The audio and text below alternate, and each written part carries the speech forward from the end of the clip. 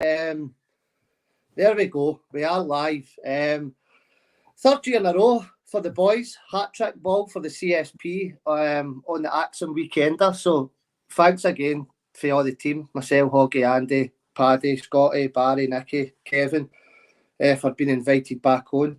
Scotty and Andy for doing the legwork. It's a privilege, and obviously another good fundraising push this year for Jamie Tierney, as you can see on the wee ticker below. So we all know what it's like nowadays, and obviously it's coming up to Christmas. Tough times, but if you can spare a wee shekel or two, click the link in the description box on the YouTube page, and if you can get in, then brilliant. If you can, keep supporting, keep watching, keep sharing the podcast over the next 7 or 8 hours. But how are we, boys? I feel like a podcast virgin. I've not seen you for about 3 weeks. How's tricks anyway before we get started? We'll keep yesterday's goings on until we're started. But I felt all right, mate. All right, good wee weekend behind us, mate. And obviously, we knew that Paul John had obviously invited us to be part of this. So, been looking forward to this wee chat with you boys and support Jamie. So, all good, brother. All good. How are you? Good, mate. I've not had much sleep. I was night shift last night down in the deepest, darkest Ayrshire. So, I've not as much kit, but a couple of wee tinnies and a wee Sunday session. We'll sort that out and watch the old sheep later. Andy boy, how's the weekend been, mate? Have you been doing a bit of trucking or have you been off? No, I finished on Saturday morning. Don't normally work a Friday night, but I had to do it this week. So I'm all over the place. I'm night shift, so it's really difficult to kind of get your body around about it, you know. So I'll work my night again. So once I do this, I'll go in and get another week kip. I feel your pain. Patrick, the busiest man in Scotland. How are you, mate? How are you? How have you managed to get a wee hour off of your work life, mate? I've basically just done a bunk, mate. A bunk. Dogging it? I'm dogging it for my work, mate. No. Nate will have them, no, mate. Don't worry. Jumped into the house. Hardly anybody watches us anyway. Nobody will see you. That's all right, mate. No, that's fine. By the way, shout out to the roll man. You know who you are. I know you're not keeping too well now, but good stuff. Good stuff. Aye, mate. I've literally just come in and flung off the work clothes and done a Superman and get changed into the Celtic top. I've been watching me, so I can moan about Celtic. I know. I've been watching me bits and bobs over the weekend just when I've had time, and like folk have had their wee niche stuff and that which we normally do, but there's just far too much to speak for the weekend and the board and the players and how disgruntled the fans are. I've not been on for a wee while, so listen, let's get stuck into it. I never made the game yesterday because of work, but I watched it, Andy, after the Kilmarnock game, mate, and we've all kind of had that wee tiny glump of optimism that it's just going to get better. Once these players come back, Maeda comes back in yesterday, Hatati's back on the green doing a bit of training, Abada doesn't look far away, and then that was abysmal, mate. It was. I'm glad the comments are coming up because I've been watching some today, trying to hold myself back, and you know what we're like, especially me, but you can understand the fans' frustration, Andy, and it doesn't look as if it's going to get better anytime soon, mate, to be perfectly honest with you. Well, it'll need to get better soon. There's just nothing else for it. It's got to get better. As I said, I was working night shift Friday into Saturday morning, and I got up to make sure I was up to watch the game, and I wish I just stayed sleeping because it's just really disappointing. I've seen quite a few comments, different pods and stuff like that, saying the same thing. Jekyll and Hyde performances, mate. You're getting one Celtic one week and another Celtic the next week. Well, kind of all over the place. We've not got a settled team. Very.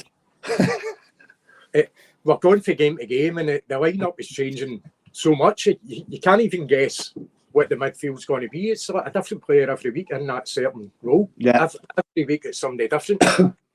I think now, Hoggy, the naysayers have went so much into the naysayers corner now, and I know Paddy's been bumping his gums, and the debate on our podcast has been good because myself and Barry Quinn are ever the optimists, but I think it's got to that stage now, Hoggy, that it's a vast majority. And the fans have got every right to be pissed off, mate, gone and watching that week in, week out. And see if you're perfectly honest with yourself, Hoggy, other than a couple of sporadic performances, the season has been a very, very poor watch, mate, and it just culminated yesterday in a terrible, terrible performance against Hearts, mate. The worst thing for me, we'll go through that, the worst thing for me was some of the stuff that happened, the conversations after the game, when Brendan Rodgers was saying, was that it's not a surprise to me, it's like... I watched it the day, mate. How can that be, the fact that you're coming out after it and saying, it's not a surprise we're playing like that? It's almost like... I still know what to wrap my head around about it. Anyway, we'll get to that. On Andy's point there as well, totally agree with the fact that especially kind of midweek when the last couple of games when you're bringing in Awata who's played the kind of the holding role and you're letting your other, probably say McGregor and O'Reilly being your two most influential players this year as well, you're letting them a wee bit more free to control the middle of the park. Then yesterday, obviously, Awata's injured, McGregor goes back into that number 6 and we're ineffective. It was one of the... I'm not saying one of the worst because there's been a couple this year, but one of the ones you're just kind of sitting and 10, 15, 20 minutes into it, it's just like, this has got to be one of the days a day. But then you get one of the days as well where you're hitting the target, the goalie's having an absolute worldie, and you're thinking, no, we're just not going to get the ball in the net here. There was never that expectation that Celtic were actually going to the end. I don't know what it was.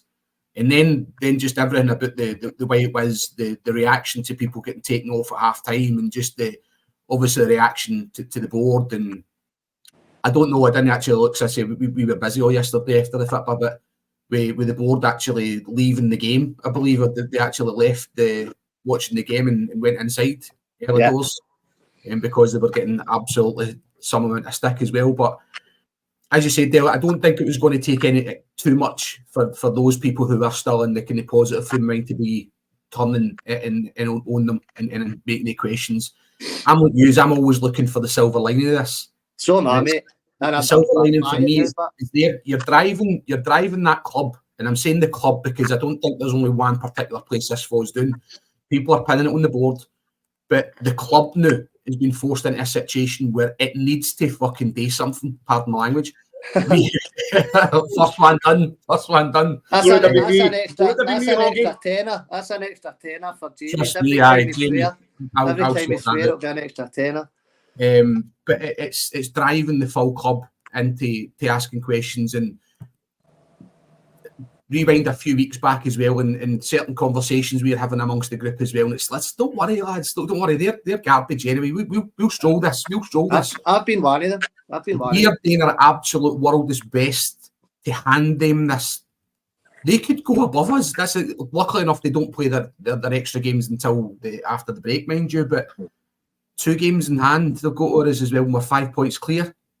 Rewind 4 or 5 weeks ago as well, you would never, ever, ever have thought that in your wildest dreams as well that would happen. That would be the situation we're sitting in now. And now we're waiting in Livingston coming to Celtic Park next week. I never thought I'd see the days where I'm sitting worried about Livingston coming to Celtic Park. Because teams know how to play against us. It's so simple. Paddy, one thing I had wrote down, and I can remember very, very clearly saying this, Hoggy. I don't know if it was the end of last year or the season before with Ange Postecoglou, Paddy, about I'd never seen the club coming together so much in decades. I think I maybe spoke about going back to when Martin O'Neill came, about how connected the fans were to the team, how connected the fans were to a certain extent to the board, and that the club just felt so good. I think it was maybe only last year we were talking about this under Ange, and everything was clicking into place. Ange was getting good signings. The football was exciting. The Green Brigade were obviously there. Everything was going well. The Green Brigade get rid of somebody that didn't want to be. How the tides have turned on that as well, Paddy. But there was just a wee note I took for winning a treble. And I know you like a rant, and I'm looking forward to this. Somebody's chatting my door. I'll be back in a second. All right. The rapid decline, Andy. Now, losing Jota is big, right? What he brought to the team, the goals and the assists. Starfelt, I don't think's hurt us as much because Scales has had a reasonably good season. But what a decline for a treble-winning team. No antagonising between the fans, the players, the board. To 2 weeks before Christmas, Paddy, to be in this place just rings of 2020, mate, and it is absolutely stinking how we've ended up here, man.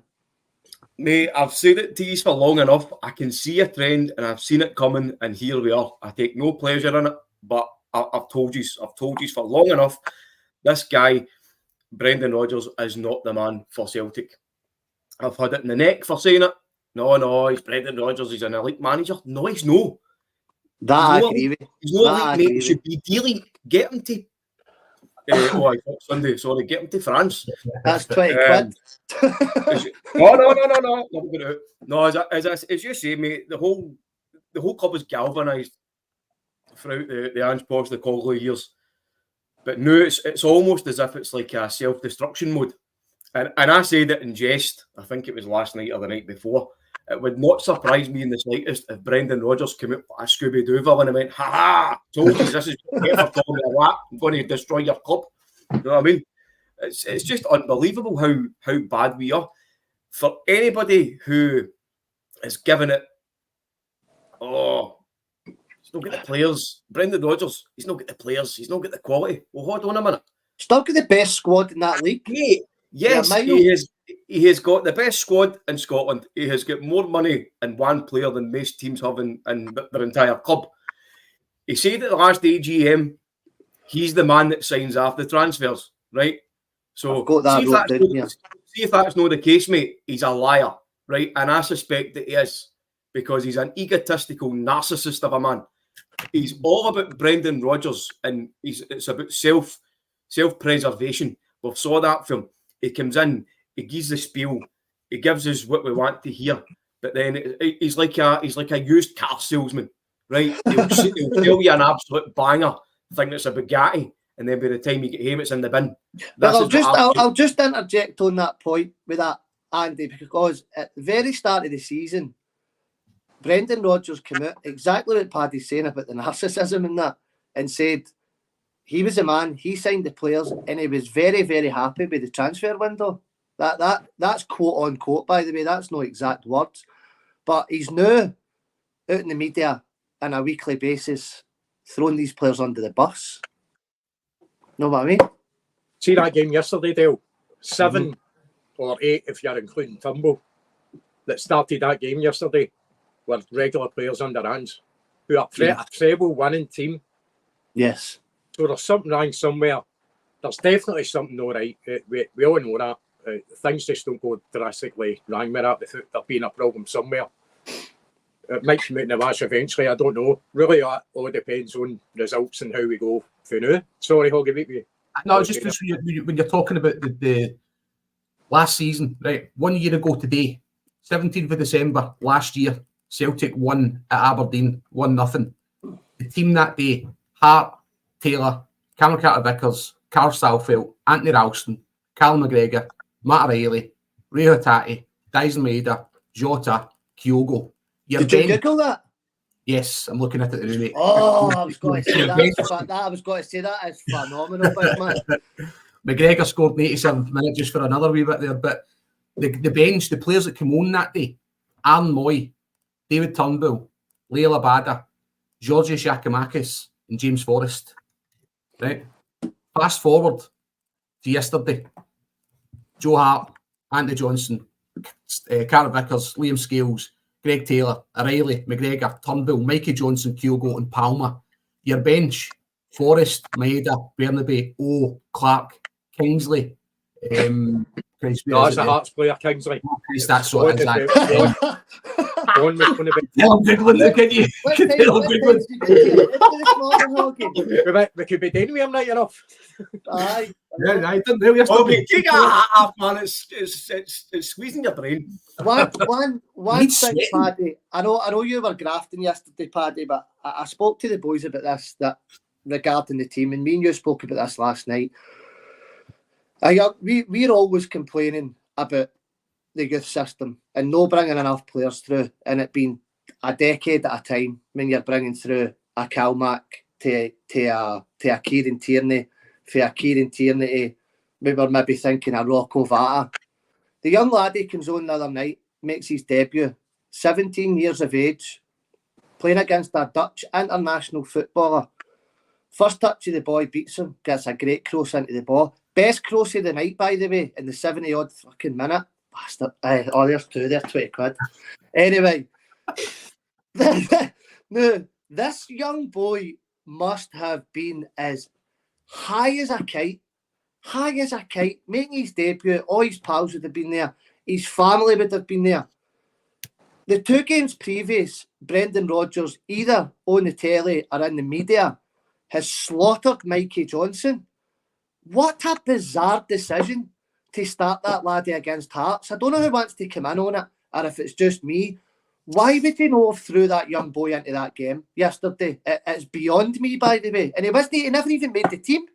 Mate, it's an absolute disgrace. I mean, as I say, Rodgers gives us the sound bites. He tells us what we want to hear. Oh, we'll be doing this with the youth. We'll be bringing through these guys. As you say, young Mitchell Frame comes on. Plays very, very well. Fearless, Paddy. And then what happens yesterday? He brings on Burnaby. How much a slap in the face is that to Frame, to the entire youth academy, and to the supporters who are getting hoodwinked into believing what, honestly, and I'm seriously struggling to hold myself back for just going tonto and personal with Brendan Rodgers. But I think, honestly, I see if this was like a Frankenstein film, mate, I'd be getting my torch and pitchfork ready to just run up and storm the castle.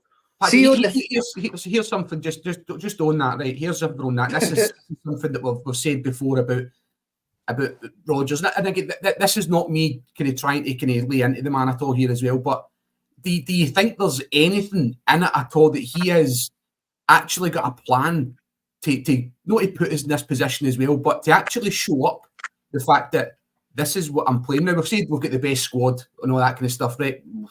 I think we spoke about this kind of same conversation with Ange before the January signings as well, Hoggy, didn't we? It's almost a look at your game to play with. What do you expect? Now, couple that. If that's an attitude, it's a disgrace, to be honest with you.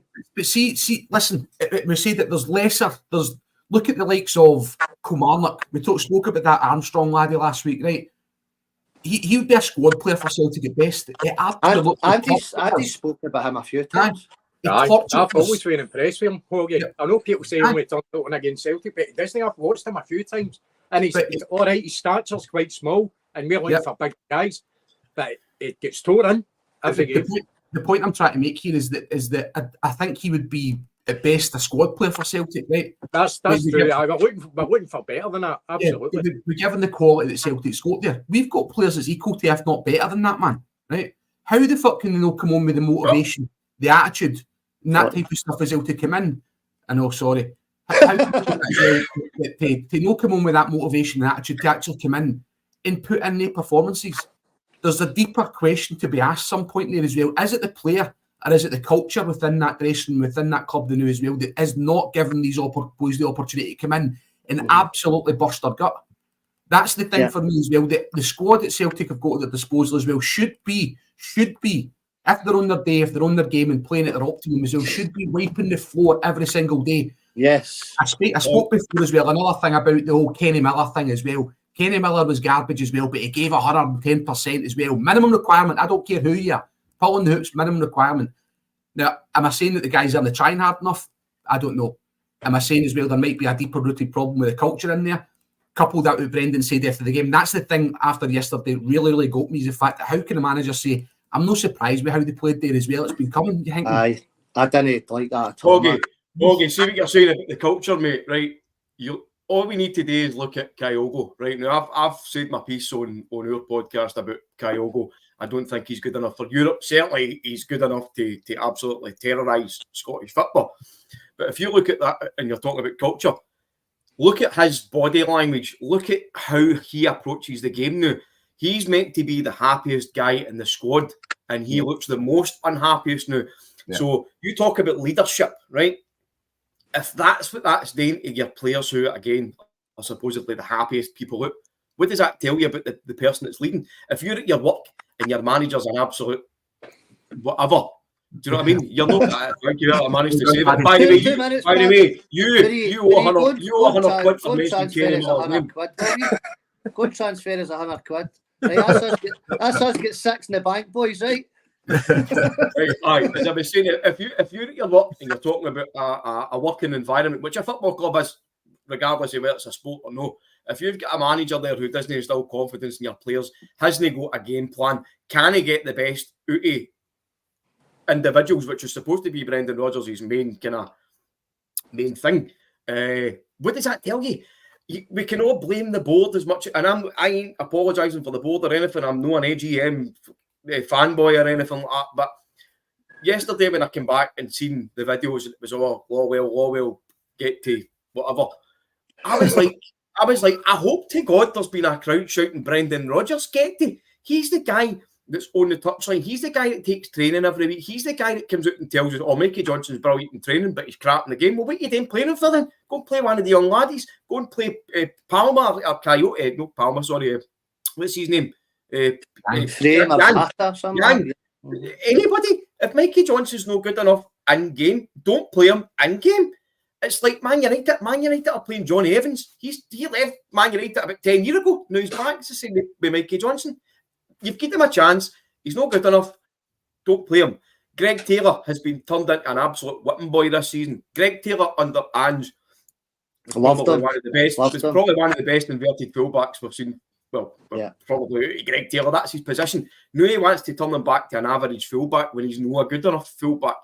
Alistair Johnson, the intensity and pressing's come out of his game. I don't know what the hell's going on there. All we want to do is get the ball, pass it out sideways, wait a minute, try and cross into anybody, and off. All right, back again. It's all we do. It's all we done under Brendan Rodgers in his second season and his third season. It ain't good enough. It's not good enough, and it will not be good enough under this guy. He can stand and he can say, oh, I need to get better quality in January. I need to do... You don't get quality in January unless you're very, very lucky. So see this whole January nonsense? No, it ain't good enough. It's just excuses. The manager has not got the best out of these players, and these players are the best in Scotland. So what does that tell you? We had 5 million spent on Nawrocki. All right, he got injured. Money on Lagerbielke spent. 4.5 million on Palmer. There's a lot has come in. Holmes come in. Aye, we missed out on a couple of players, but that's still investment. That still should be good enough for Brendan Rodgers to say, right, but over 20 million quid. Yeah. But let me flip the full conversation on its head, right? Because we as Celtic fans can be fickle. When it's good, we're the best. When it's bad, we're the biggest greeting face bees on the planet. And that's just the way it is and the way it's always been. And I think that at the moment, we've probably got the most greeting face fans that I've ever known in my time going to Celtic. So the flip side of the argument is it wasn't a great transfer window in the summer. Brendan Rodgers has only been in the door for 6 months. That's where I can still see the point of view, and that's where that wee bit is always in my head. And what I will say is, domestically, I've still got no worries, even though we've been crap hoggy. I still think we're going to win the league, right? That's maybe just me. That's the way I've always been about Celtic. But flipping the full thing on the head, and you've got the people, and we're not saying we're no backing the manager. As long as he's there, I'm backing him. As long as Mikey Johnson's on a park, whether he's playing crap or no, I'm backing him if they're wearing a green and white tap. But the flip side of the argument is, he's not been there that long. I agree with Paddy. January's no great. We've been lucky the last 2 years. But the naysayers, the guys that are getting it all, stop greeting and back the manager. Celtic fans have got every right to moan at the moment. It's been absolutely terrible. But these guys have got a point as well, Hoggy. He's not been in the door that long. The injury list has been horrendous. For me, his tactics, his formation, and the way he plays football isn't good. But there's still plenty of time to sort this. There's still plenty of time to sort it out. There is. I'm maybe not of the most optimistic mindset as some of the boys on our podcast are as well, where it's like, oh, listen, we'll dawdle this as well. I said these many a time, we won't. I'm more of a, I'm thinking, looking behind me rather than let's go. But that's just me. That's me to a tea about fucking every in a day. But you're right. Listen, you're right. But see that, and I don't want to keep battering on as well about this kind of culture and motivation thing as well. But see the way that Brendan Rodgers sets his team up. That can be a very, very, very effective way of playing football. We've seen it. We've seen a team he sets out as well, being dominant, being quick, being very, very incisive with what they're doing, picking teams apart. It just seems as if there's an absolute, I don't want to say laziness, but it's just a kind of lethargical kind of way that they're approaching it, where they're just very, very slow. And it just seems as if there's something missing in there. Not really in there for me. That's the worrying thing that I get. We've seen Brendan Rodgers and that type of team being set up and being very, very successful. But I don't know. I went to that game yesterday and we were talking on the bus and we were talking about the Champions League game and we get that monkey off our backs. It was like, see if they approach that, the game of the day, the way they approach that game as well, for 100 mile an hour, 100% energy at it. Nobody touches us in this country. No, and see if you look at that, Andy, the Atletico performance to a certain extent, the Lazio game at home, the thrashing of Aberdeen, then you go to Rugby Park, then you go yesterday. See if you're this claiming to be this elite club, the best club in Scotland, the best players in Scotland, the biggest finances in Scotland. Surely everything that comes with all that must be consistency. And that's if you've got 3 or 4 players out. You can't go and play Atletico Madrid after the park for 30 minutes, batter a half-decent Aberdeen team 6-0, and then go to Rugby Park and play at Parkhead against Motherwell and Hearts and just put out absolute dross. So I totally agree with Hoggy. There's something totally wrong internally, because if you've got good quality players, which we have, and Matt O'Reilly and Greg Taylor when he's on form, and Alistair Johnson and Carter Vickers and Kyogo, Palmer when he plays well, these guys need to be doing it week in, week out. So it's not just about a performance and it's not just about the manager or the board. Something internally is just no right at all with the full thing now. And maybe it is Brendan, maybe it is the board, or maybe it's just a culmination of everything's just no fitting at all this season. I think obviously it's inconsistency is the problem, because as I said before, many people have said it as well. It's one Celtic one week, another Celtic the next week. We know what they can do because I've done it already this season, as the games I've just mentioned.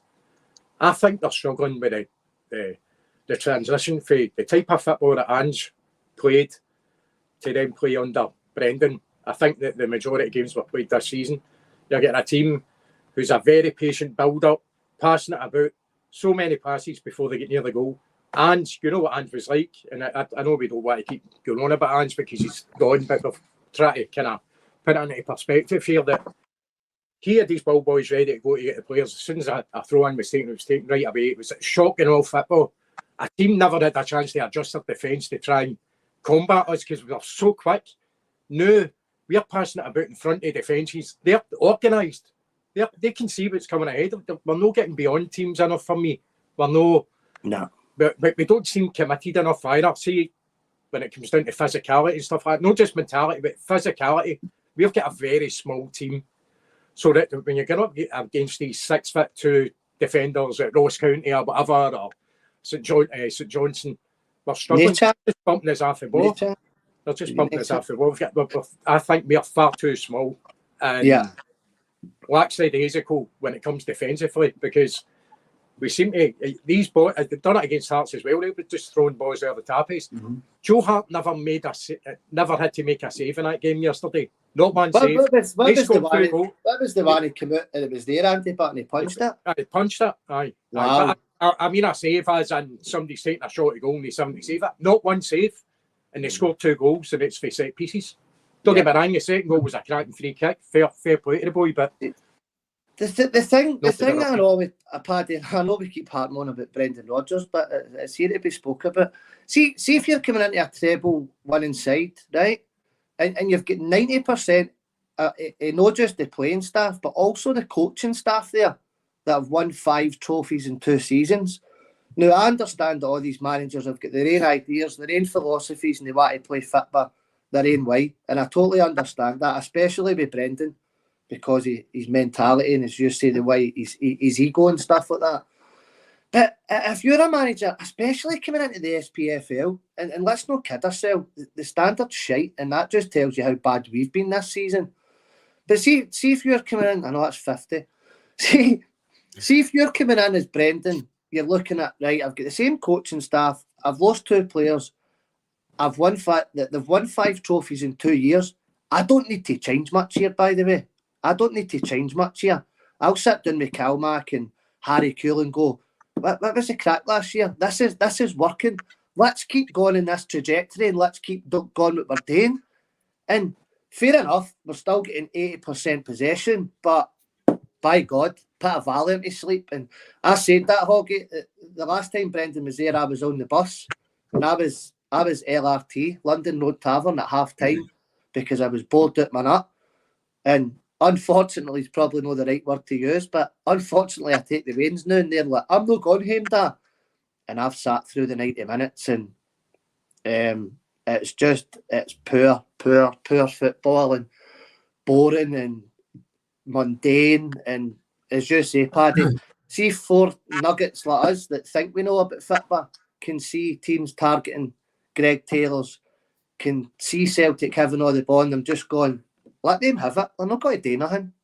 How can they not see it? How can they not see what we're seeing, man? You're boys for the scheme. I've got a bottle of MD on a Sunday at 1 o'clock, know what I mean? Mate, as I say, it honestly would not surprise me if this is a set-up.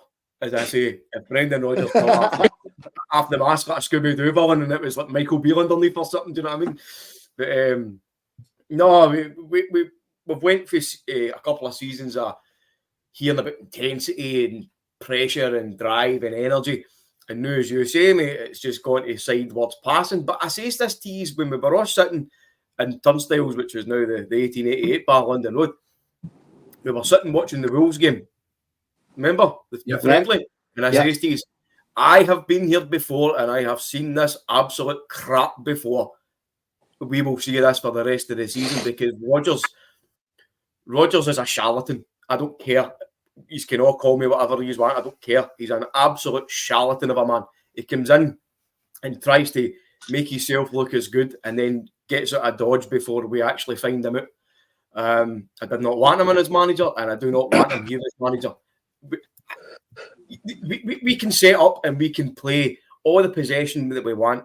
See if you're not doing anything at the end, it doesn't matter. The statos and the data guys can all say, oh, that's brilliant, by the way, look at that, 87% in the third half. I don't care. The only thing I care about is the scoring. Stop messing about. Get the ball. The goal's up there. Head that way. Do you know what I mean? Just go constantly out wide. We've got full-backs that don't chase on and get by wingers. The wingers always try and cut in.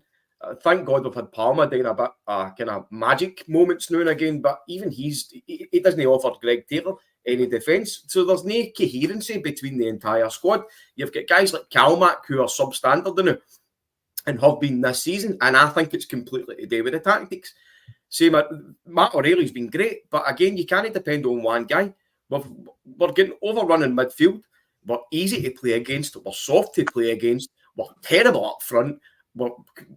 There's no point in us crossing in, boys.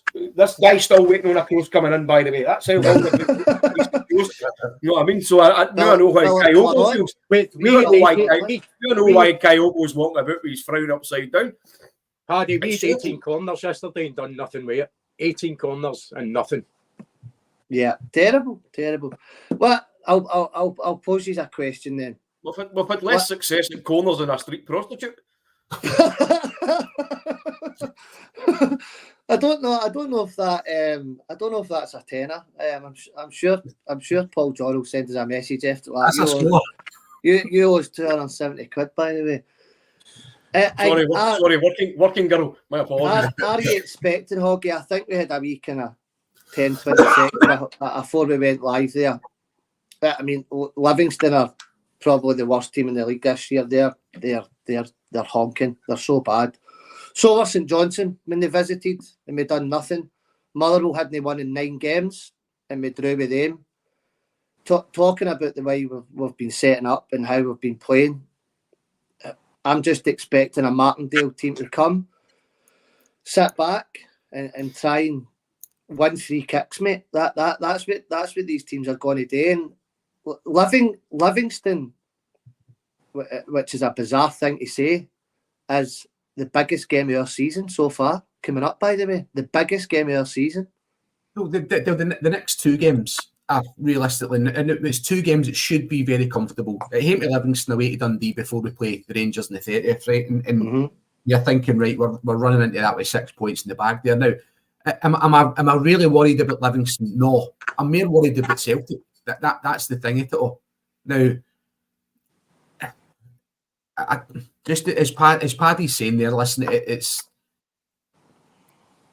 I'm not going back to that to dive back into that conversation. But you say Livingston next week, Celtic need to regroup. We need to kind of brush ourselves down and come back with that, as Andy said, fast-paced football.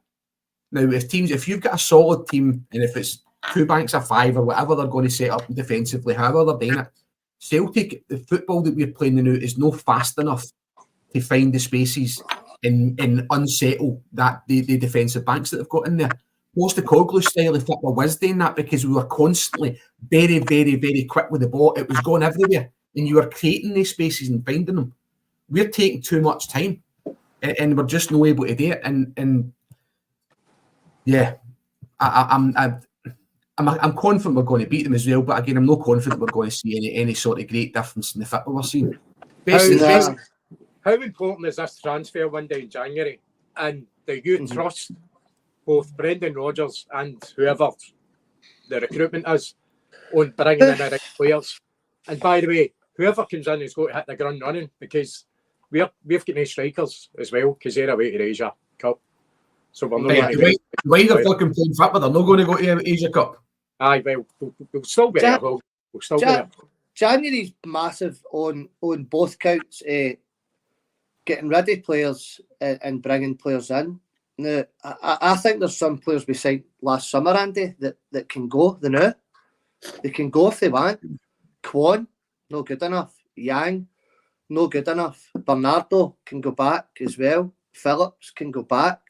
I know some of these were stopgaps with Lager, Bielka and the Rofke injuries and stuff like that, but January's massive, but because of the size of the squad, it's nearly 30 plus.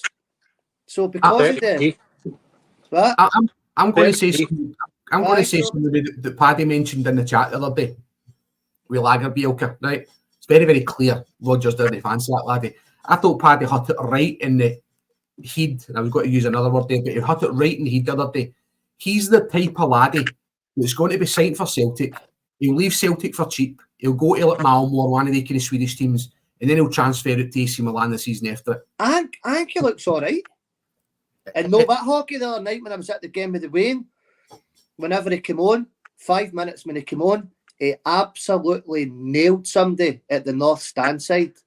Great challenge. And I thought, that's what he looks like Sinead O'Connor. It looks as if he sings in one of the dodgy bars in Gran Canaria, man. Be a wiggle, but no, compares to her. Well done, mate. Yeah, well done. Well done, Andy. Paddy could be right because we've not seen enough of the guys. January for me, McCarthy's, Tony Ralston's, a lot of people need to go to ship money.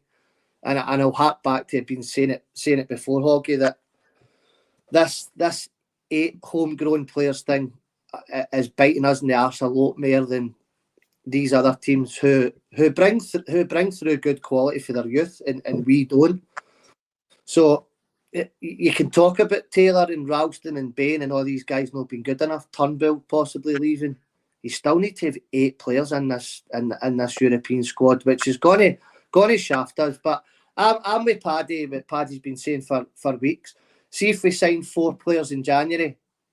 Let's sign a big monster keeper, a big monster centre half, a big guy in the middle of the park, and a big centre forward, and I'll be happy. And they all must be 6'1", 6'2", 6'3", and let's get a bit of meat about our bones in this team. But it has to be quality as well. There's no point in bringing in big giants, Paddy, if they're no good enough. We need big, strong, quality laddies in there to help folk out. See if we're hedging our bets on Jack. See if we're hedging our bets on January. I'm not hedging my bets on it. If we're all hedging our bets on January and Brendan Rodgers is giving it, we need to sign quality in January. We're all sitting here and the bubble is going to burst. Because all you have to do is jump onto Google, type in Brendan Rodgers' transfers, and look at every single list of the players that he's bought for every single club that he's been at. The guy is an absolute clown. He's an absolute... Paddy, just before you go, let us hear what you really think about Brendan. Absolutely hate him. I think he's just... See when you're in a pub or you're in the street or you're in whatever and somebody comes up to you and you know straight away that they're a total... I'm going to put a 10 into this, right? You know, he's an absolute fanny. And you're like, well, it might be all right, but you're like, I smell jobbies here. This is what Brendan Rodgers is. I'm telling you, it's as simple as going onto Google and typing in every single transfer that's come in under his tutelage at every single club he's been at, and he's an absolute maniac. He came in at his first season here. Thank God we get Scott Sinclair firing all cylinders, but he told us that he was bringing in Doris De Vries because he was the best goalkeeper that he's ever seen with his feet. But he forgot to mention that the guy had made horns. Like, he was talking about one of them. I mean, it's like, he's good with his feet, but he's not getting any name. The guy had wrists like prawn crackers, but this was the guy that he told us he was better than Manuel Neuer. Who else? I mean, Dembele was already signed up. Andy, I was just got to say that. He's a pumpkin, the guy. Do you know what it is, mate? The missus has put all the Halloween decorations into my man cave, so I've got all sorts here.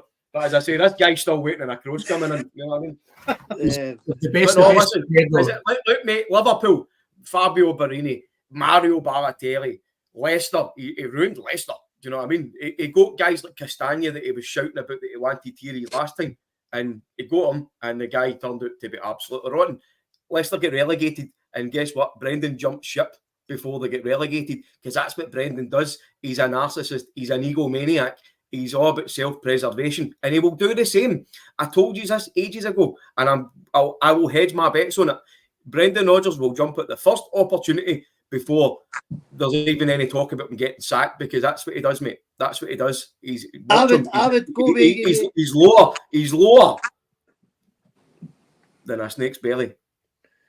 I would put a few quid on Brendan Rodgers 2024 Saudi Arabia. Telling you, I can see it happening. But Andy asked a question about 15 minutes ago about January signings and that. Hoggy, your thoughts? What would be your ideal scenario in January? Where the squad is now? Say you're getting 3 really good quality players in, and you get rid of some dodos. I think Barry said it a few times. Brendan Rodgers, I think, would like to coast with maybe 20 players. 18 quality players. There's 7 good players on the bench they can bring on to make a difference. I think that's what we all want as Celtic fans. But given the choice to now, gone round the table, if it was said to you, right, we're bringing these 3 players in, it's a definite, they're good quality. Where are they 3 players, and where do we really, really need to strengthen in January? I'm not going to ask you for names, but where do you think these 3 positions really need filled in January? A winger. Left-sided winger? A winger, a striker. And either a goalie or a left-back. Therefore, goalie, left-back, winger, striker. That's exactly what I said the other day as well, mate. So here's one for you, just on a secondary one there, right? So me and Barry, I think both in the last couple of weeks have came to the joint consensus is where we were Joe Hart's fans, right? We would like, listen, Joe Hart will be all right to the summer. We'll do that there as well, right?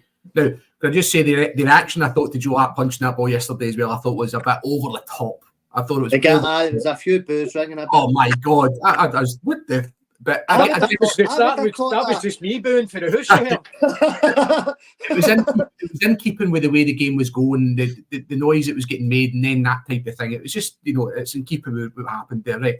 Here's one for you, right? There's a lad that's on loan for Ajax in the Scottish League now, up at Aberdeen, Kelly Roos, right? Yeah. Popping off man of the match performances, left, right, and centre, right? European game as well, where Aberdeen won there. Man of the match. Frankfurt game, it was good. It was really good. Decent goalkeeper, young goalkeeper, somebody you can actually come in and build. And he's played in this league, and he's shown that he's got the feet, he's got the shot stop mobility. And coming through a club like Ajax, he understands, obviously, listen, he's a goalkeeper's got to understands football, but he understands playing for a big fish in a small pond, honestly. Almost. Do you think that would be, I know that we're talking about that guy for Real Madrid, which I think is an absolute pipe dream that we're going to sign a goalkeeper for Real Boy.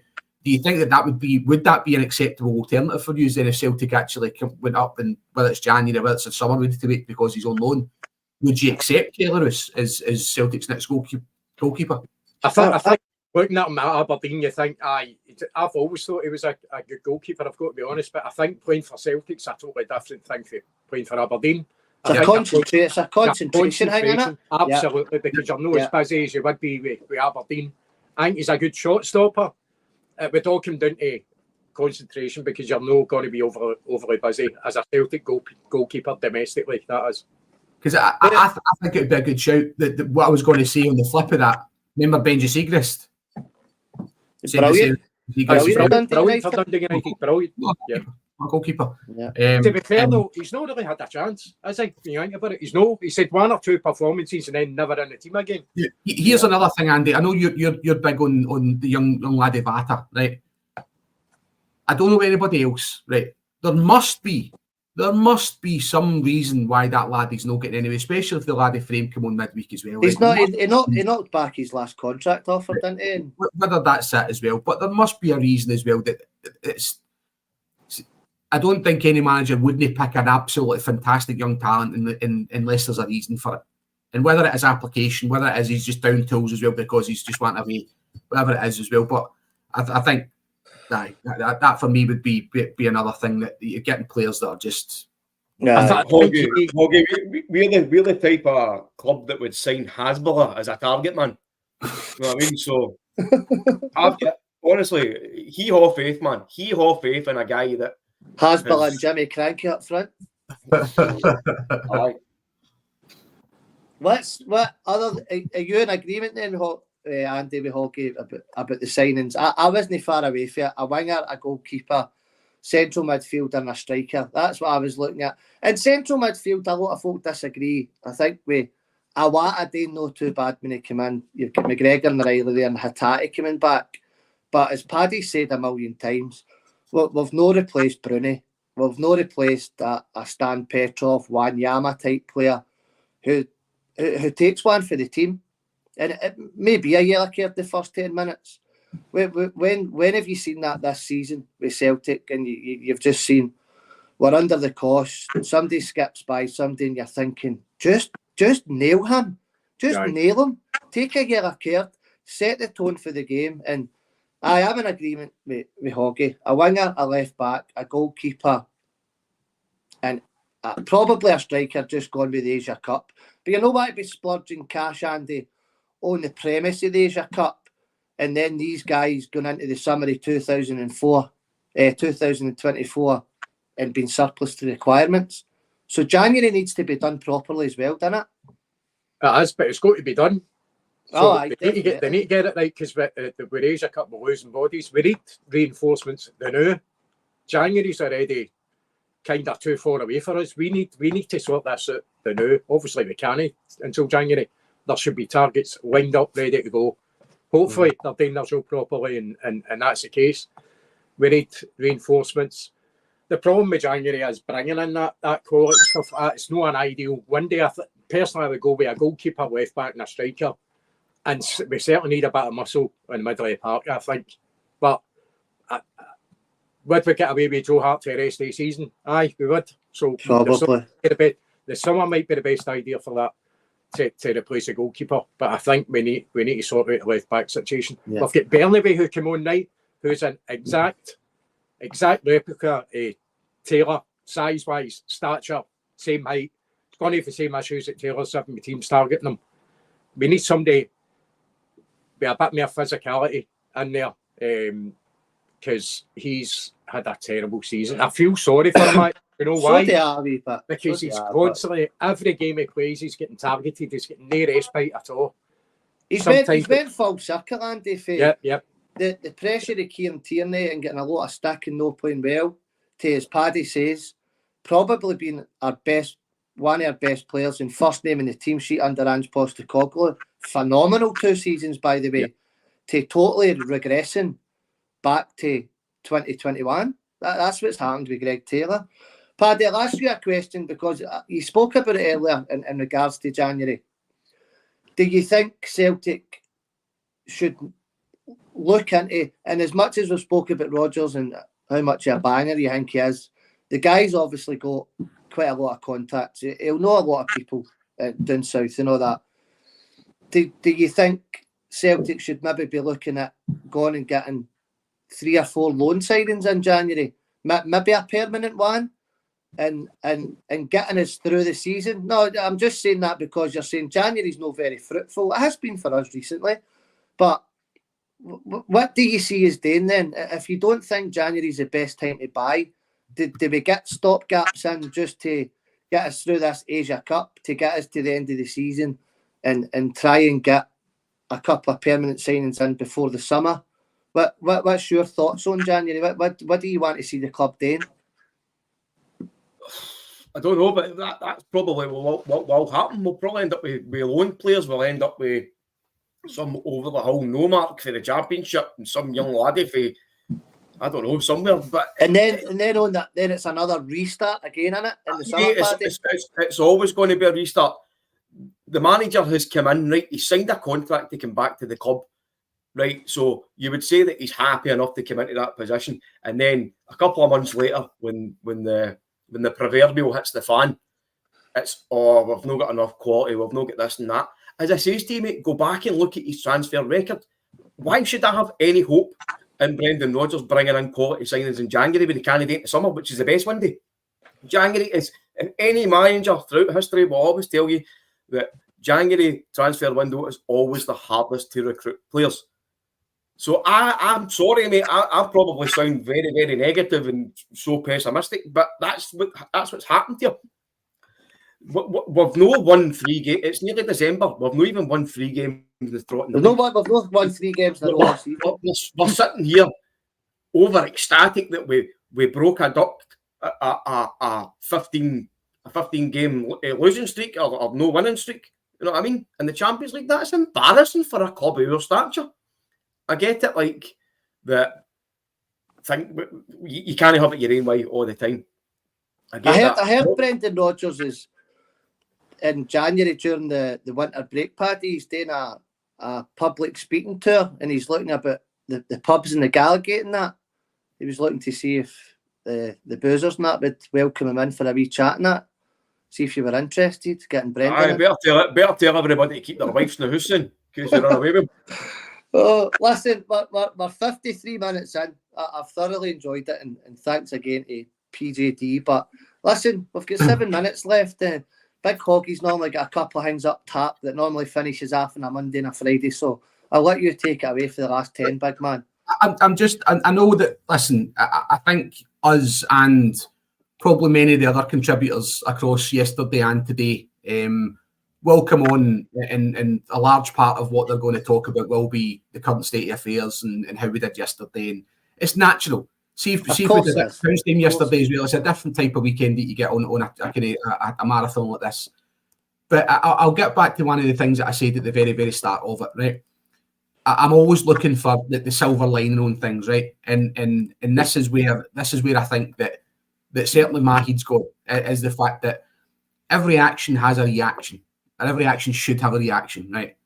And what I think is will be interesting over the next coming weeks, and I'll be very, very interested to see how this is implemented in the next few weeks. Once we get into January, right, I think it's clear to see that we need to do something based on what's there, based on what Brendan Rodgers is saying publicly, right? And it's not just yesterday, it's other comments that he's made. What he's basically saying there is, it ain't good enough. I've no got what I need at my disposal.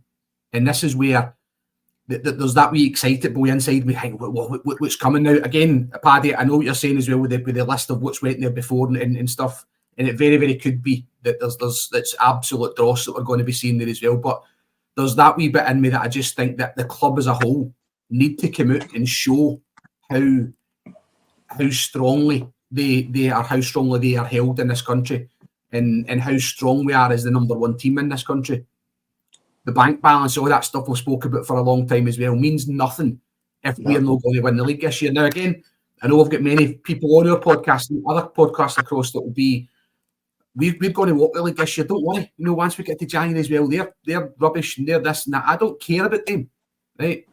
But if we do not do the job this year as well, then we miss out on that big golden war chest as well that comes at the end of the year with the new format of the Champions League. Yeah, we have an adversary across the water from us as well, who over many, many years before have shown that they will put themselves in a perilous financial position to potentially chase these type of riches.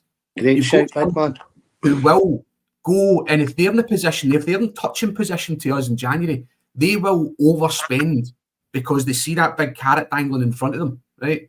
And that's the big thing I think Celtic need to be very, very careful. And that's why I think there will be a reaction from Celtic, from the football department at Celtic, and from the commercial department at Celtic. The money will be let go. The football is going to improve. The footballers are going to improve. Because if we don't, we've got a team across the water who are shown years and years and years on end as well. They will overspend and overcommit themselves to chase us. And if they do that and they spend it, they get it all back in the summer if they win the league. And that for me is the big thing at Celtic. Simply cannot allow to happen. Cannot allow to happen. And that's why I think your reaction to what we're seeing over the last few weeks and all the stuff from Brendan Rodgers and what you said will culminate in changes in January. Right? Now, that's my hope. That's my hope. Remember, I'm all about hope. Never expect, always hope. Mate, I'm totally with you. Clearly, I hope that we get the finger out and we get into action. Yeah. But I don't know. It's like, I mean, here at the start of the season, I'm happy. That was enjoyed that, Hoggy. That was beautifully said there. I like that, mate. Thank you very much, brother. Like that. We're still tapping. Exactly, mate. Exactly. Listen, I'll let Paddy and Andy have a wee word before we go. We've only got a couple of minutes left, and again, just thanks to Acsom.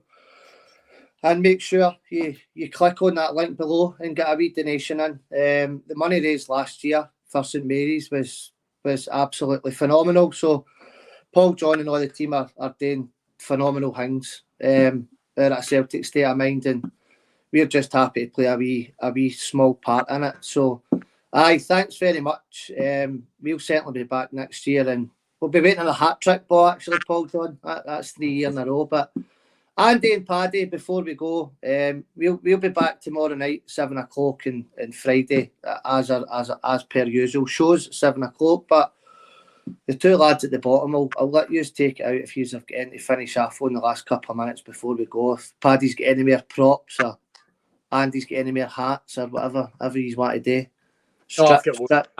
I've got loads of hats, mate. That's something I've got loads of hats. Strip tees or anything like that, no. Loads of hats and loads of pants. Let's not get down that route. Try to raise money here. I know. But listen again, just for all us at the Celtic Supporters Podcast, thank you very much just for giving us a wee hour of your time today. Best of luck to Acsom and all the guys in the background.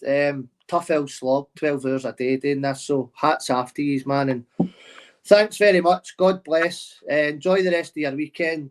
Thank you for listening. Cheers, and I'll catch you later. Make sure you tune into the rest of the shows. Paul, John, that's us. Over and out, mate. Thank you.